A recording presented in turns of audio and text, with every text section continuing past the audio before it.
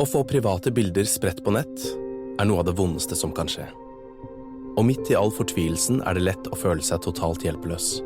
Hva ville du gjort i en slik situasjon?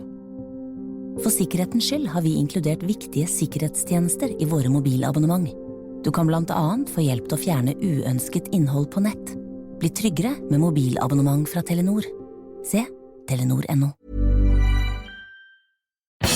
I år 30 år siden Turbonegro debuterte live. Jeg traff dem i fjor når Rock'n'Roll Machine ble sluppet, og siden de spiller en god del konserter i sommer, må vi kjøre en runde Turbonegro nå. Jeg heter Helle Steinkløv, det her Jernverket.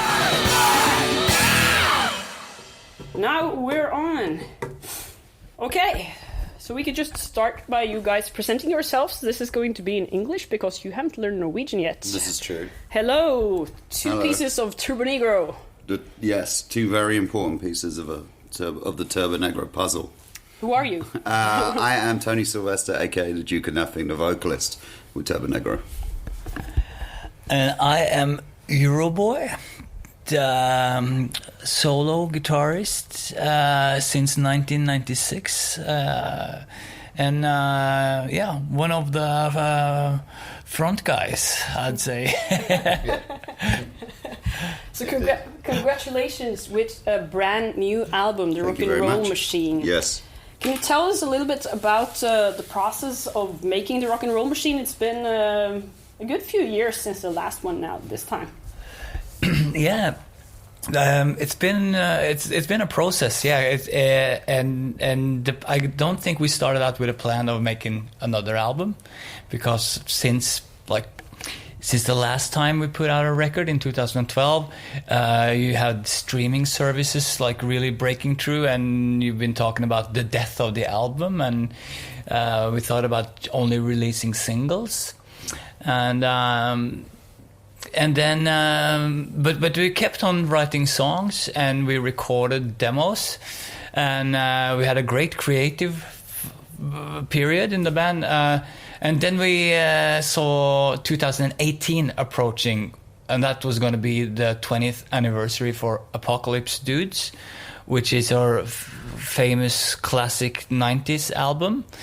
And we thought about different ways of making something special out of that anniversary. But somehow we just came to the conclusion that there's been so many reunions these days, so many anniversaries. It's kind of you've grown a little tired of it, the whole thing. So we thought maybe we should just celebrate ourselves and our fans by releasing some new stuff. And we looked at the material we had at hand, and we saw that this is actually some pretty good material, and although they are very different songs, they fit together as a whole. So and so we saw if we try to make this a proper album, then it will fit perfectly with the 20th anniversary date of the Apocalypse Dudes original release. So that's the story. And you also added a lot of synthesizers on this album compared to some of the other albums. Why was this? Why did you want to add this sawtooth with all the other cool Turbonegro stuff? Well, there are a couple of reasons for that. For one thing, we at one point we just thought about what can we do to our show to make it just slightly different.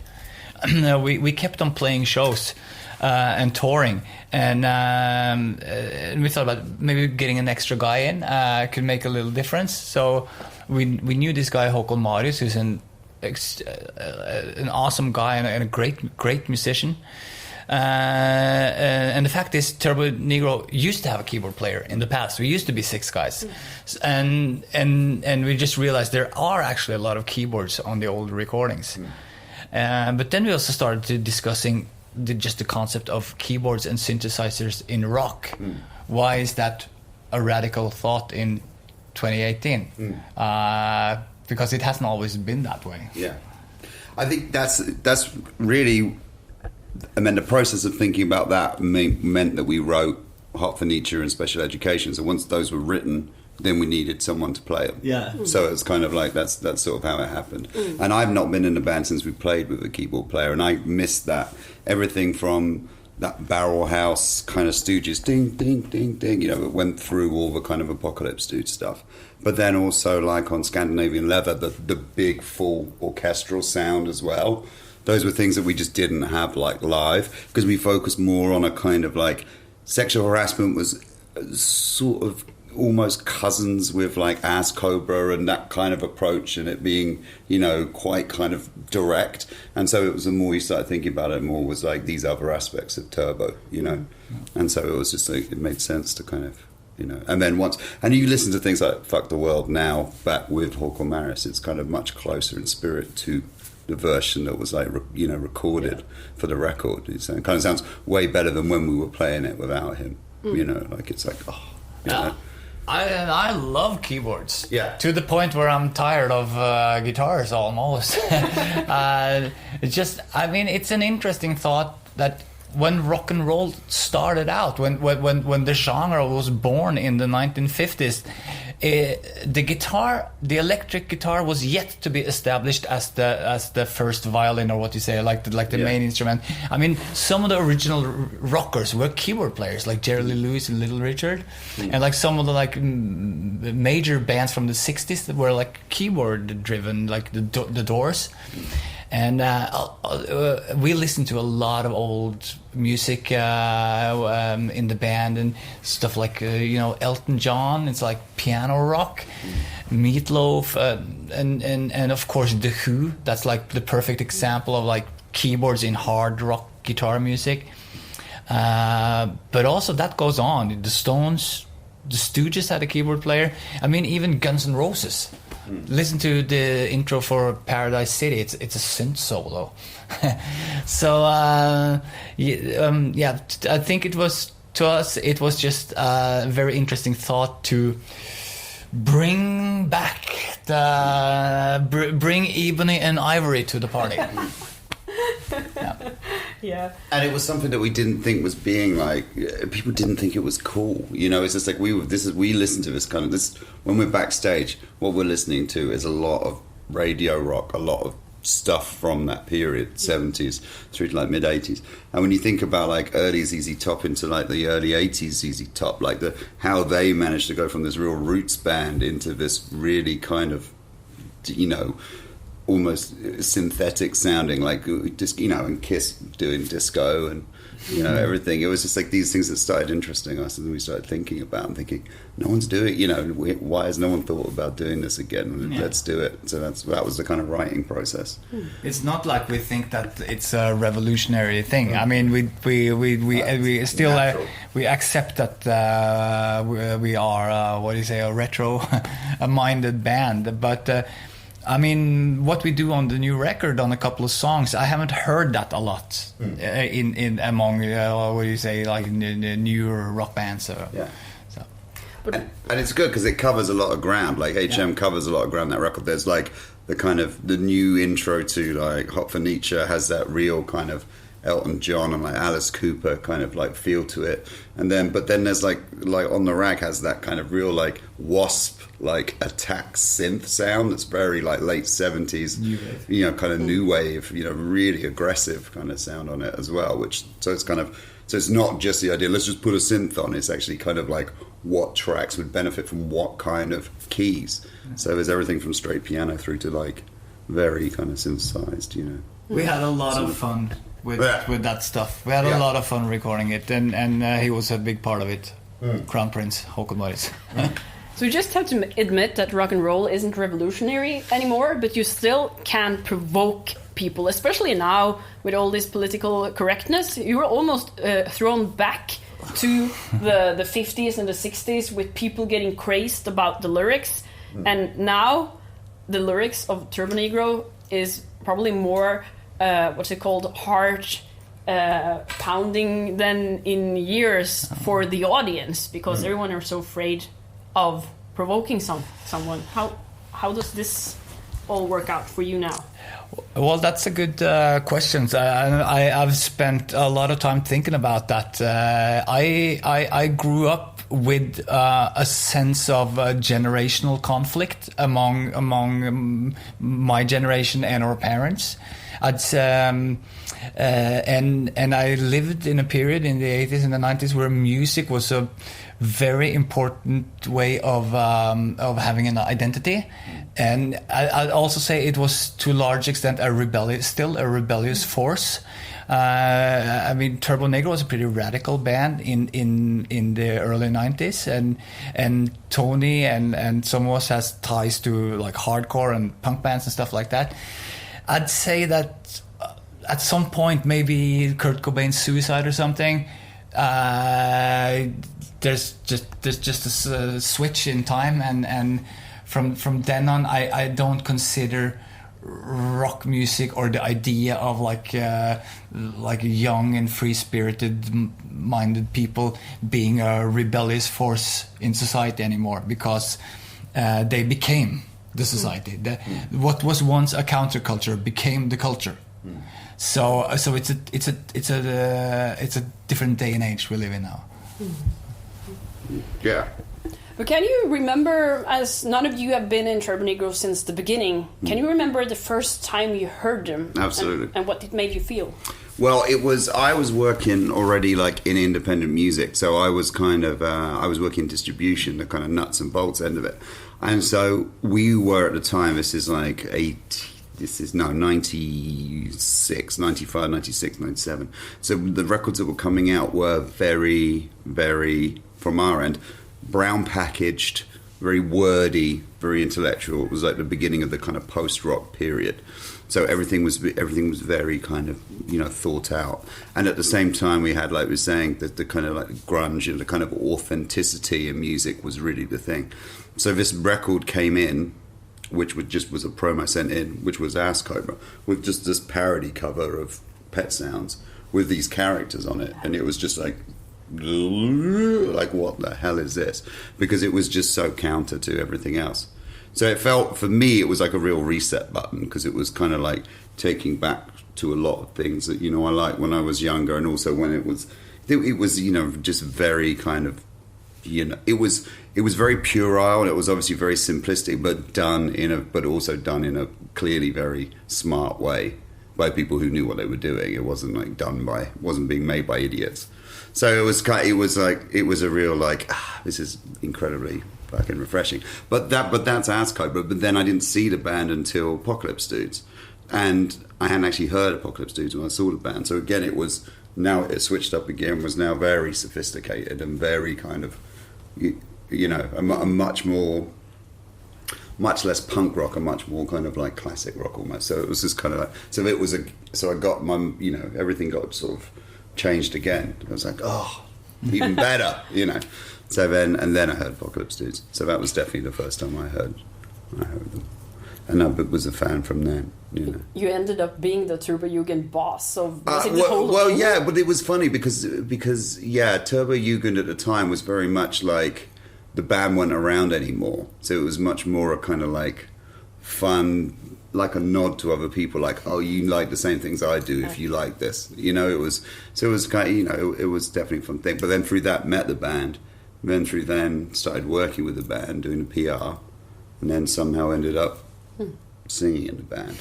So it's probably the strangest journey in like rock history in that sense, because it's kind of like, I don't think there's anyone who were like, I was the accountant for the band and then I ended up the singer. Like it's a fairly unique story. It's like the movie Rockstar with Mark It is Wahlberg. if it was much more like about someone, if it was much more sort of realistic. Yeah, I guess so. Yeah. Totally.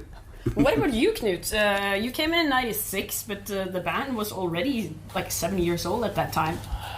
Yeah, I am. At the time when I joined, I was a friend of the band, and we went to university together, Blindern, and I had some connections to the band. I was a roadie for them at Kvart Festival in 1994, and then me and Happy Tom, we also had a band called the Vikings, which was like a transitional band between punk rock turbo and like classic rock turbo. But I remember the first time I ever heard Turbonegro. It was when I was in 9th grade, 9. klasse, and they had just put out their first single, which was called Route Zero, and a couple of friends in class had mail ordered the single, and then they got it in the mail the day after. So they went to the post office in lunch break at school, and then we went home to one of the guys to listen to it. And we listened to both sides just once, and I remember walking home from school that day, and I had those songs in my head.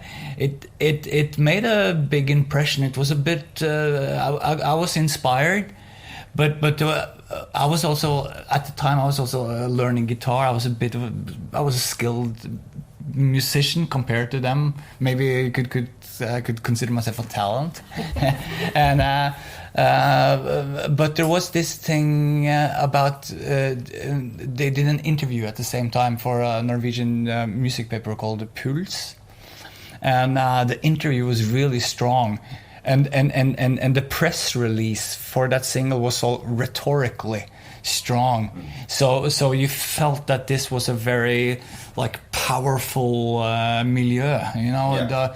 And I guess that was my first meeting with the spirit of Thomas Seltzer.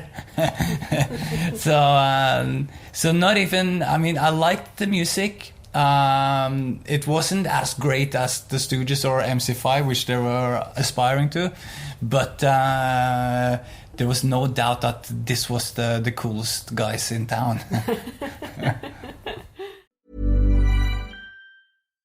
Hittil i år har Telenor stoppet over 20 millioner svindelanrop.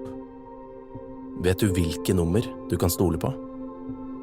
For sikkerhetens skyld har vi inkludert viktige sikkerhetstjenester i våre mobilabonnement, slik at du blant annet skal kunne føle deg litt tryggere når det ringer fra ukjente nummer.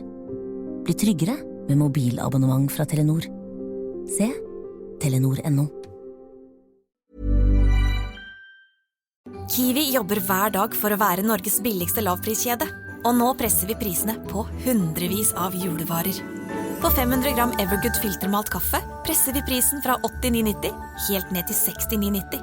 På 470 gram Fjordland risgrøt med sukker og kanel presser vi prisen fra 32,90 til 19,90. Prisene gjelder helt fram til 31. desember. For det er vi som er prispresserne. Og vi i Kiwi gir oss aldri på pris. God jul!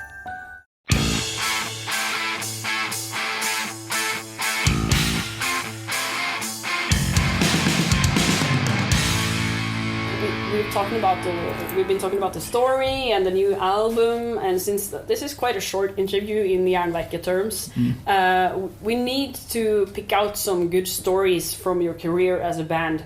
It doesn't have to be drug related, which every band thinks every time I ask about this. It just has to be some crazy or weird or wild or fun story from the time with touring. It could be a Turbonegro story even. Or something that just happens when you're on tour with Turbonegro. Something Spinal Tappers, maybe. That's always a hard question, because the really good stories are the ones that you can't tell. Yeah. Or that you wouldn't understand. No, how's it been for you, Tony? Is there anything? Okay, my problem is when we go on tour, I don't drink because obviously I've got a show the next day. So I kind of save these things up. So every day I hear the war stories from them coming back in the morning, like everyone who's out all night and everyone who's like that. And I sit there and I hear these things. And so I'm getting ready for the last day of tour, like, I can't fucking wait. It's going to be so good. It's been so Babylonian so far, like so-and-so never made it back to the hotel. You know, we had to go and find that one. Da, da, da, da. And I should point out, it's the crew. It's not the band members at this stage. We should definitely say this. Anyway, come to the last day and I'm ready to go and everyone is dead. Everyone's just like, oh no, it's been really it's been a bit much. So I'm always just like on the last day, and it's always like really anticlimactic for me because I'm never. I tell you what, recording sexual harassment, there was some pretty good stories. Again, I wasn't party to because they were in New York, and of course the band had only just got back together, so there was a real kind of sense of like excitement. and the basic tracking was done first 2-3 days, and then we were in the studio for 3 weeks. We were mainly doing vocals and my overdubs and stuff. So that was a pretty good time. Yeah, I've become so old that my stories are not necessarily like rock stories. It's more like sweet stories where I remember myself as a younger man, and I feel sorry for that person, you know. Yeah. And I just remember when me and Happy Tom went to Stockholm to mix the Scandinavian Leather album. We had been recording that album in our own studio at Grünerløkka in Oslo in the late fall and the winter and over the Christmas vacation. And then we were set to go to Stockholm to mix with like a hotshot heavy metal producer called Joe Barresi. And we had a really early flight that morning, I remember. But the thing was, the only thing we needed to record left to record for the album was the intro, and we had basically 1 day to do it. So we planned it. So we just called a bunch of friends to come to the studio to have like a studio party to make the intro. We had a couple of guys from that band. I don't know if you remember that band, and Amulet, Torgny Amdam. So and there was like friends of friends come by. So the studio was like full of people, and this was just before røykloven, the smoke law in Norway. So it was legitimate to just like everybody was smoking inside, and this party went on for like 24 hours. I remember me and Happy Tom. We wiped off the tape from the tape recorder and and then went straight to the airport. And the thing was, this was before digital, so all the music was on 2-inch 24-track tapes, which are really heavy, and there was a bunch of them. So we had stacked them in a really heavy flight case, and we came to Stockholm early in the morning, and it was fucking cold. It was, I mean, I don't know if you've been to Stockholm in the winter, but it can be super cold. Not like Oslo, it's more like being in Russia or something. And we came to that studio, a Polar studio, the old ABBA studio, and there was no one there because it was so early in the morning. It was still dark. It was like 7 or 8 o'clock in the morning, and we had this huge flight case with all the tapes. And it was so cold, so we were just basically walking back and forth on a bridge over the canal in the early morning, waiting for somebody to appear in the studio. And then finally, like 10 or 11 o'clock, somebody came and locked us in. And then we opened this flight case, and it just smelled like a bonfire because of all there's been so much cigarette smoking in the studio. So like all the Swedish guys are like laughing. What have you guys been doing? It was just like somebody was just lit up a cigarette. It's maybe not such a good story, but that's the things I remember. Stuff like that, weird situations. Yeah, I remember when we played in Stockholm. We launched Sexual Harassment, and we played. That was a pretty weird moment. We were playing in like, what was the hotel? It's like the Grand, like the ridiculously like fancy hotel, and we were playing on basically the veranda, the terrace outside the bar. So we'd set it up with all the press. So it was a really surreal night. And one of the crowning moments of recording Sexual Harassment is we got Ben Montench from Tom Petty and the Heartbreakers to play piano on it because he was friends with the producer, friends with Matt Sweeney. So we're playing, and of course we're playing like with the harbour here, you know, downtown Stockholm. And we look down, and Ben Montench is just like there, kind of looking up, like staying in this hotel. Why is there a fucking band playing on the terrace? Like, why is it annoying me? And then looks down and realises I recognise him. So there's this moment of, oh, hi, how are you? Great. And we just kind of stop playing and just start talking to them. That's a pretty good one. Yeah. And then that's one of the moments I went, yeah, it's pretty good being in this band. Because literally I'd only just started in a band. Yeah, it was like less than a year. And I'm like, this is pretty fun. Weird. Yeah. Seems like your tour manager is starting to get stressed. Do we still have time to pick the songs? Yeah. Do you want us to like introduce them, or could we supply them on a list? Of course, you can supply them on a list if we might can't. be better because then we can talk about it. Yeah. But for a new one, what do you want to play? What would you want to play off the new record? Oh, you could choose. Yeah. I can pick an old one, maybe. I'll pick the new one. You pick the. Yeah. Yeah. Jeez. I mean, if has everyone heard the single? Should we play one which isn't one of the singles? Then? Yeah, because the single is listed on Radio Rocks. Okay. So I think of a song that isn't, which hasn't been released as a single. It's probably got to be. I don't know, because I want to say Skinhead Rock and Roll. Yeah, I'd say that. It's Skinhead Rock and Roll.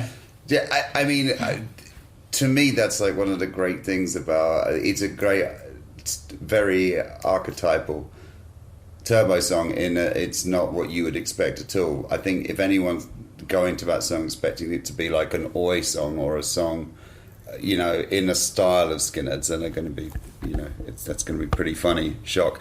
It's more the idea that we had, which was that Andrew Lloyd Webber decides to make a musical about skinheads, and so he hires Van Halen or hires a hard rock band to play like a rock opera song about skinheads, and that amused us greatly as a concept. And there's the song, So I love the idea of like a real proper like vintage skinhead guy listening to that song and his look of horror on his face with that synth intro, I don't know, it just makes me laugh. Anyway. I'd like to pick a song from a record called Retox from 2007. To me, that record is it's a bit special. It's a bit of a weird record because half of it is kind of ambitious, and you hear that we are trying to make proper music, and then the rest of it is kind of like fucking it up. It's like we're not gonna make it anyway, so just let's say that we don't give a fuck or something.